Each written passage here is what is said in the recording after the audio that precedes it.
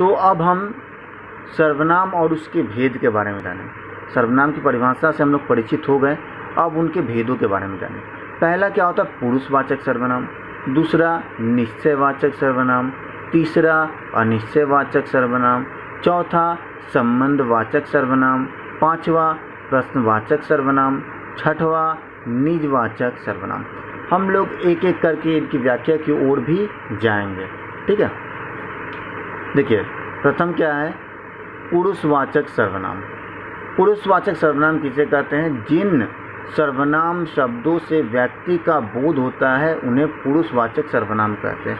मतलब जिन सर्वनाम शब्दों से पुरुष वर्ग का, पुरुषवाचक शब्दों का परिचय हो उसे हम लोग सर्वनाम कहते हैं। दूसरे शब्दों में कह सकते हैं कि बोलने वाले, सुनने वाले तथा जिसके विषय में बात होती है उसके लिए प्रयोग किए जाने वाले सर्वनाम पुरुषवाचक सर्वनाम कहते हैं, ठीक है। पुरुषवाचक सर्वनाम पुरुषों। पुरुषों का मतलब ये हुआ केवल मेल नहीं, यहाँ पर फीमेल के बारे में भी बताया जाता है। पुरुषों का मतलब स्त्री या पुरुष, मतलब दोनों के नाम के बदले आते हैं। जैसे मैं आता हूँ, तुम जाते हो, वह भागता है।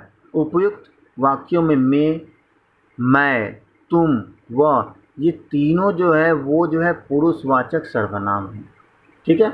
अर्थात पुरुषवाचक सर्वनाम का मतलब ये हुआ कि जो कुछ बोल रहा है, जो कुछ सुन रहा है और जिसके बारे में बोला जा रहा है वो सारे जो है पुरुषवाचक सर्वनाम के अंतर्गत आते हैं।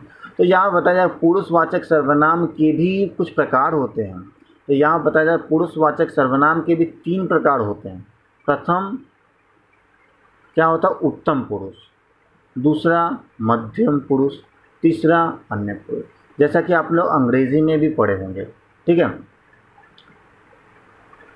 First person, second person and third person. First person English में भी बोला जाता है, सेकेंड पर्सन इंग्लिश में बोला जाता है, थर्ड पर्सन इंग्लिश में बोला जाता है, ठीक है।